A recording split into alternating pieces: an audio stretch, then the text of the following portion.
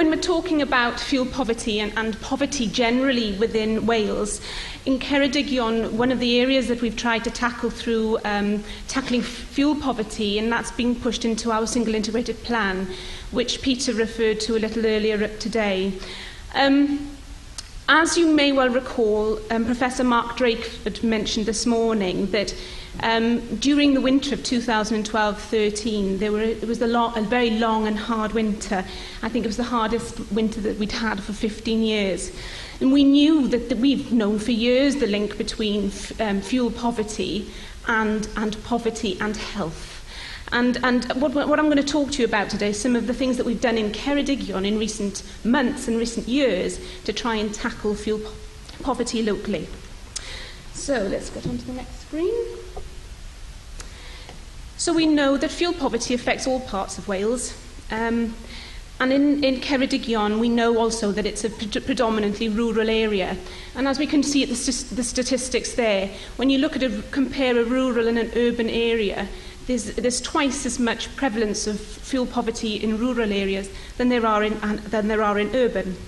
Now, someone alluded to this a little earlier on as to why that case is, and I think there's a multitude of factors really, and two of them are related to housing. So a lot of our housing is prior to 1919 built, and it's solid wall construction, so it's very, very difficult to treat.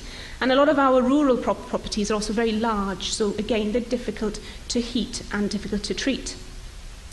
Also, worth bearing in mind that in Ceredigion, and as it is in much of Wales, Mid Wales and West Wales, is that we're actually off gas. And we know that gas is the cheapest form of heating. And I think electricity is 3 times more expensive. So when we look at those and bring them all together, we know that we've got an issue that we need to try and tackle.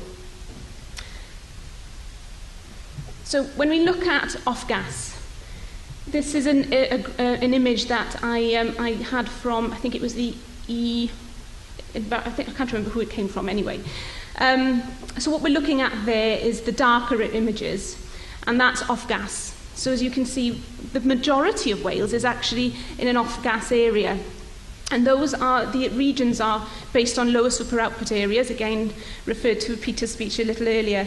So when you consider then that majority of those areas which are red are probably going to be reliant on either solid fuel or oil as their main form of heating. So we do know as well that oil prices are going up. It's a scarcer commodity as years goes on. So we're very much aware that we need to try and tackle it now because there's an issue, but we know it's only going to get worse as well. So in Ceredigion, we've got a population of 76,000, and I know in the whole scheme of things, for the whole of Wales, that's a relatively low number. But when we look at the rurality of that as well, we know that there's 3 main areas, Lampeter, Cardigan and Aberystwyth, who are on mains gas. There's only 18,000 people living in those regions. And we know that not all of them will be on gas, so we're actually looking at a very crude estimate, really, of 58,000 residents in the county being reliant on oil or other form of heating. So this is where we've got our Ceredigion Fuel Poverty and Excess Winter Death Group, or Prevention Group, I should say. Yes. That was a Freudian slip, wasn't it? Right, okay, so that's why we developed the group, really, was to try and bring many partners and agencies together to try and tackle this very, very important issue. So I'm going to show you an interesting graph now as well. And I've just got a statistic here that I'm just going to read out to you.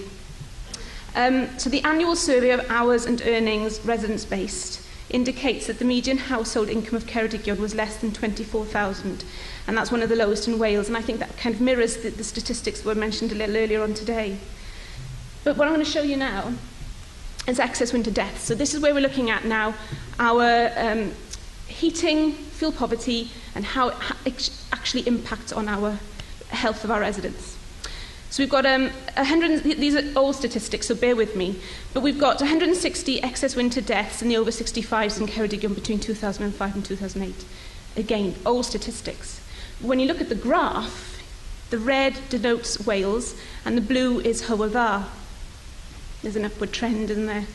So we know that the excess winter deaths, certainly in rural parts of Wales, are higher amongst our elderly population.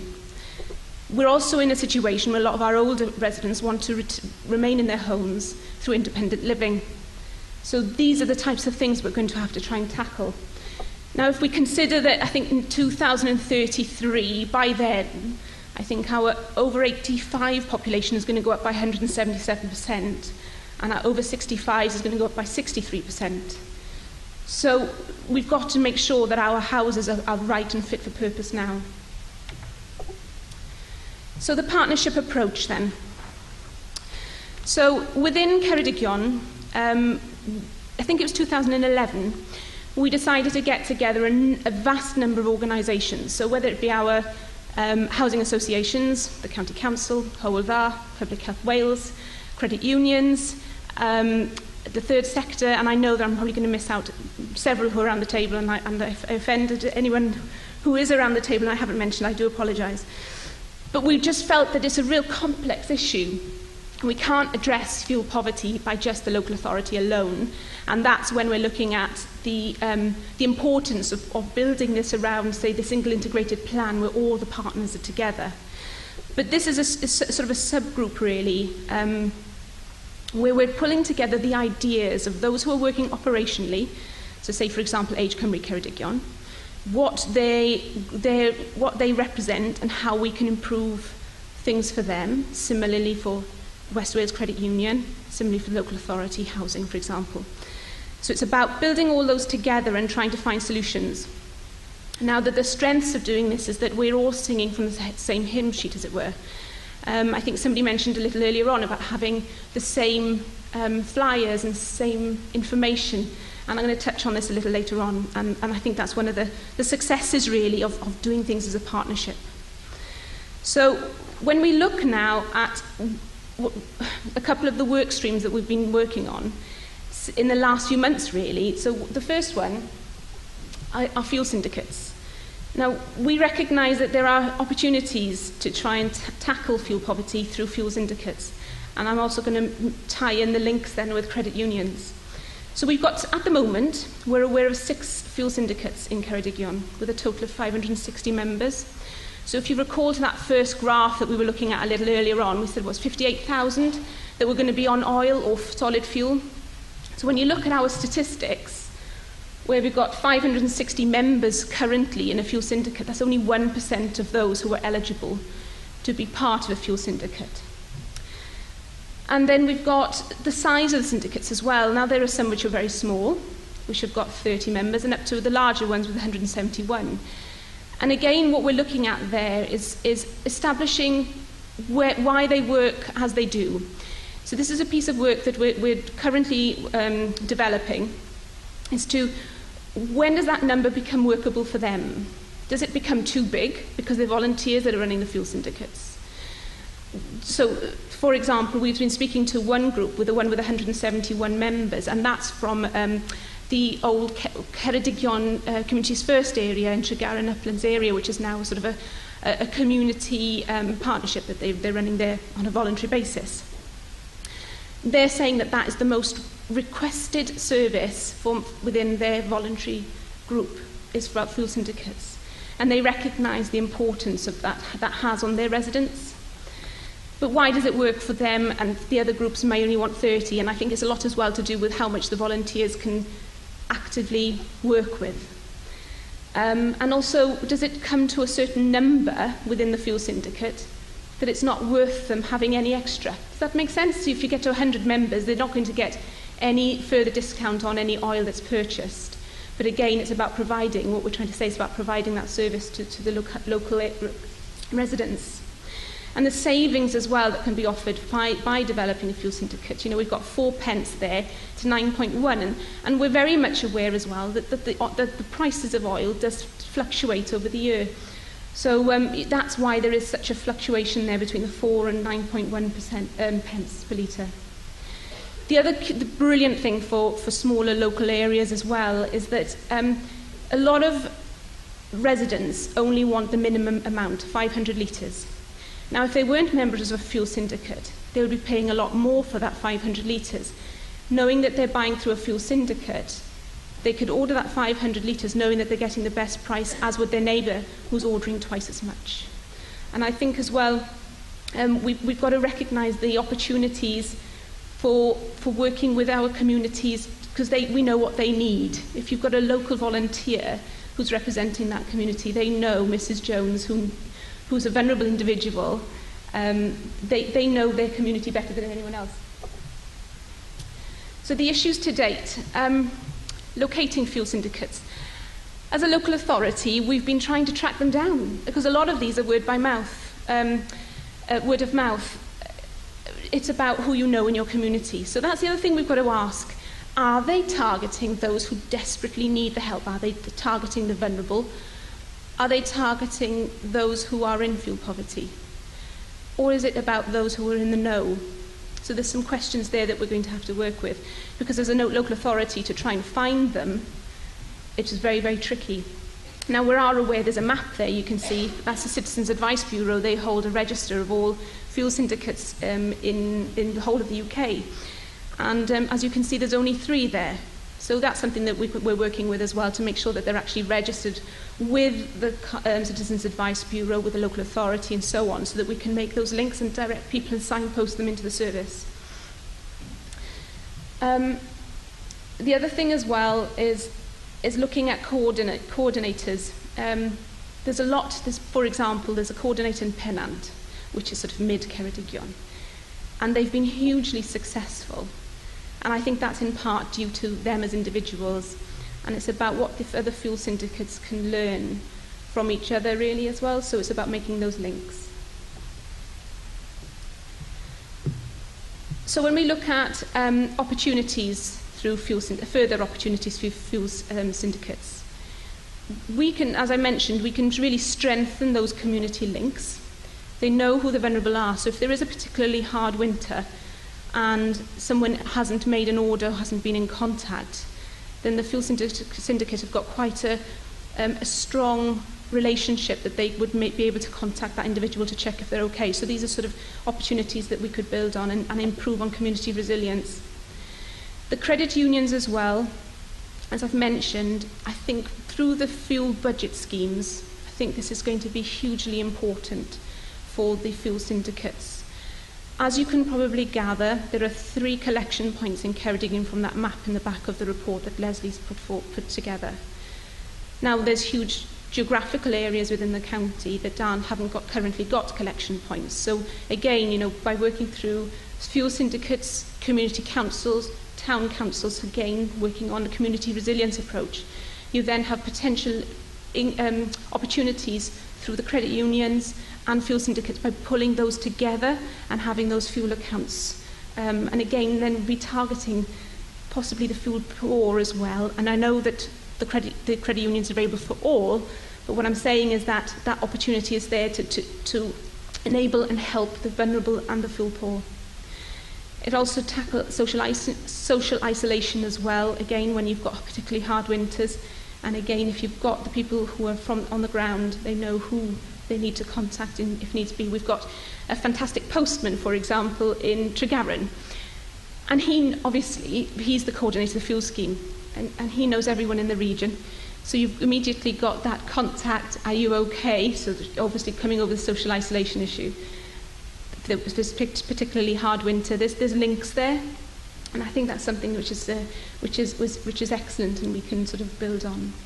And I know that Gaynor and I were chatting a little earlier on as well with Dr. I've forgotten his name, from One Voice Wales. And the potential with community and town councils is really quite huge, particularly for rural areas where you've immediately got an access point and a focus point within that community. And I think that's something that we will really have to try and work on as part of our next sort of project through the scheme, through the Excess Winter Death Prevention Group. And also we're working with Ymlaen Ceredigion, and what we're looking at there is behaviour change opportunities. So there are opportunities to give out sort of low-cost measures, sort of draft excluders and things like that. But it's also about what else they can offer about if you've had, for example, external wall insulation fitted through a NES scheme, for example, then or an eco scheme, then you'd be able to see, have their behaviours changed as a result of that external wall insulation or that intervention? Have they reduced the thermostat down on their boiler, for example? Are they making basic energy changes, saving changes to their sort of behaviour change? Fuel theft as well, that's another thing. So for example, if you've got a fuel syndicate who's delivering in a particular area, then they could inform the Dyfed-Powys Police to make them aware that there's a lot of tanks in that region that are going to be full of oil. And we are aware that the number of fuel thefts, particularly in Ceredigion, are going up. So I spoke to our neighbourhood policing officer a couple of weeks ago, and what they were saying was that the operandum, I forget what they call it now, the way that basically people are trying to steal the oil is changing. So they're advising people not to put padlocks on, for example, because they were drilling into the tank and the tank was then having to be renewed. But there are opportunities again there, like I say, about working with the police to make them sure that they're aware that there's been a bulk delivery in that particular region. Okay, so through the credit unions and the fuel syndicates, we're very, very much aware in Ceredigion that there's work already being done with housing associations in Carmarthenshire. And I spoke to Gaynor and Vanessa a little earlier today as well. It's about really making reference to the fact that they've done a report on the work that's been done, and it's only recently been produced. I think it was March, wasn't it, Vanessa? So looking at the credit unions and how the residents of housing associations have set up their bulk accounts to buy fuel. So some of the other sort of the positives that have come out of it is that they've noticed that the number of oil tanker deliveries on mainly rural roads has been reduced. I apologise for reading this out. Providing an opportunity for residents to meet and socialise that can lead to further community activities, because that's where they're going to a hub to order their fuel, for example. And helping to support community facilities. Many of the clubs are run through the tenant resource and community centres. So again, this is the beauty of doing it through an organisation like the Housing Association, which I think is through the Carmarthenshire County Council. And the fuel clubs were fully engaged in development of the Carmarthenshire Home Standard Plus. So again, we're then showing that there's two-way communication there as well. So just lastly, I want to pick up on another work stream that we've been working on, and that's Cymdogion Cynnes. Now, it was last summer that in one of our meetings, our Fuel Poverty and Excess Winter Death Prevention group, it was really raised that there wasn't sufficient information all in one place on what facilities are available and help is available for residents within Ceredigion. So, for example, there'd be information on Nest, that's a leaflet. There'd be information on Eco, that's another leaflet, another website. And what we felt was that there was a real opportunity to get all organisations signposting from one document. And what we felt was that there were opportunities for trusted sources of information in the county. So that's sort of community nurses, psychiatric nurses, we've got our community and town councils. They're considered sort of trusted sources of information, housing officers, friends or family members. So what we wanted to do was those who are working out in the community, whether it be on a voluntary basis or whether it be on a paid basis, that they have access to that information and signpost the individuals on. And that's when Cymdogion Cynnes was born, really. We developed a pack, and it grew, actually. Initially, we just thought it was going to be a sort of almost a small leaflet that you could actually hand out to people working in the community. And what happened was that we found there was so much information, a huge amount of information, both on a local and on a national basis to address fuel poverty, that we needed to make it a directory of information. But we were also mindful that it was changing, the information was changing constantly. So we're sort of committed, really, to updating this particular pack every month. And also, it's available online. And I know that a lot of people, particularly maybe volunteers, perhaps don't have access to the website. But we felt it was the most appropriate way of making sure that information that's being relayed to those in the community is constantly the right and most up-to-date version. If we were to print off copies, number one, we had no funding for this. But secondly, by having paper copies, there's a chance that false or non-up-to-date information is going to be circulated. So, but one of our sort of commitments really is to make sure that it's updated regularly. So myself and a colleague, Sue-Ann Davis, we've spoken to a number of organisations just to try and raise awareness of the Cymdogion pack. And I think it must have been January or February we decided to do a sort of a very brief evaluation. I mean, we only launched it on the 27th of November, but we felt that before next winter we needed to get feedback from those who've helped individuals. So we just sent out a very simple evaluation questionnaire, and some of the comments that came back were absolutely quite amazing. So one of them, for example, as you can see up there, it says, "At long last, all the information we need is in one place." And that's just one of the comments. I think they were all very much of a similar sort of response, really, where they were saying that they can go out to a client's or a patient's house and immediately see what they can do initially on a short-term basis to bring that person out of fuel poverty. And also to mention credit unions, for example, but the longer-term interventions as well that they can be directed to, whether it be disabled facilities grants or whether it be ECO or NEST. But everything is local and national, so there's always a reference there for them to look at. And we're very much aware the health and housing link is recognised as well, so that's in the pack. So the way that we worded it was that if you can help 2 or 3 people in your community through that pack, then we've made an impact. Now, there was one individual who came back, and in a very short space of time, so only a couple of months, she'd helped 40 people signpost them into services that she wasn't aware of previously. So that's 27. I had another response, 40 individuals helped. So through those who are working in the community, this is a really important link, and I think this is where the credit unions also we've got great opportunities to work together, and of course West Wales Credit Union are an important element of this. And this is the front cover of our pack, and as you can see, West Wales Credit Union is on there, so they're a very important partner of the Cymdogion Cynnes scheme. So that's the way that we're working, really, is through engagement, through a trusted source, getting that information out into our residents to try and help them. I think that's kind of it, really. I just wanted to go through the 2 main work streams that the group have been working on as a partnership. We meet every quarter, so we're constantly trying to think of striving and taking things to a next step and improving on matters to make sure that we work as a partnership to address fuel poverty in the region. I think I've covered everything. If I haven't, Gaynor's going to come up and and cover for me. But no, that's fine. I wonder if any of you've got any questions, because I'm happy to take some if you like.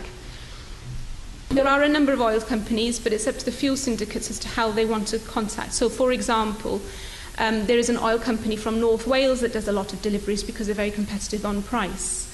But I think there is certainly work that we can do with the oil delivery companies to try and make sure that we also support local businesses. There's an opportunity there. But certainly, as it stands at the moment, and the ones which are perhaps most competitive are out of county. Yes? Right. It varies, really. For example, we have the Tregaron and Uplands one, so that's Tregaron, Llandewi, Brefi. It's probably about 3 villages plus the Tregaron town. But when you think that they are very rural communities, but I think a fuel syndicate can be, this is our point really, is that it can be as small as you want it to be, or as large as you want it to be. And I think the other thing as well that we've got to be mindful of, that there are many, many fuel syndicates out there that I'm absolutely convinced are in Ceredigion, but we're not aware of them because it may only be a small hamlet that are part of it, and they want to retain it only within that, maybe 6 properties. But again, it's about making sure that they're aware of the credit unions, that they're aware of the connections that are available. But to answer your question, it can be as big or small as they want.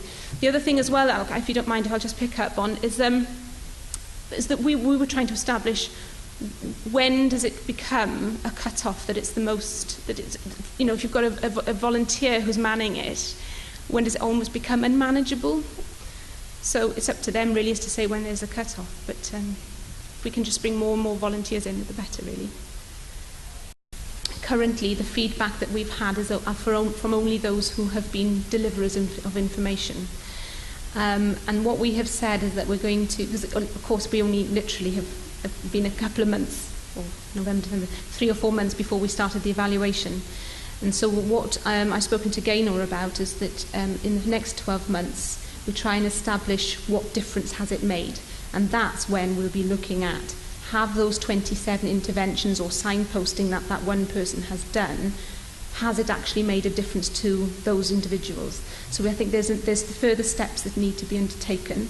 And with regards to the Fuel Syndicate project, which is just starting now, we've got quite stringent evaluation opportunities there as well, and that is something we will be looking at. Has it made a difference? And I think that's what you're referring to. So certainly we've got to prove that it makes a difference, and I think it's crucial that we ask those questions. Yes.